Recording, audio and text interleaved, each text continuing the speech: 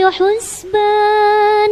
والنجم والشجر يسجدان والسماء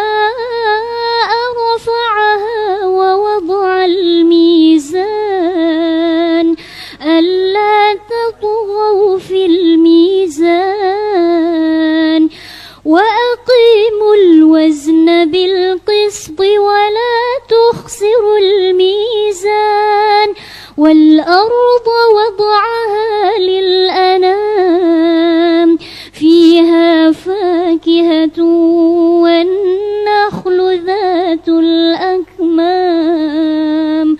والحب ذو العصف والريحان فبأي آلاء ربكما تكذبان خلق الإنسان من صلصال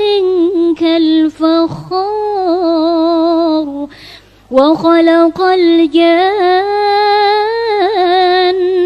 من مارج من نار فبأي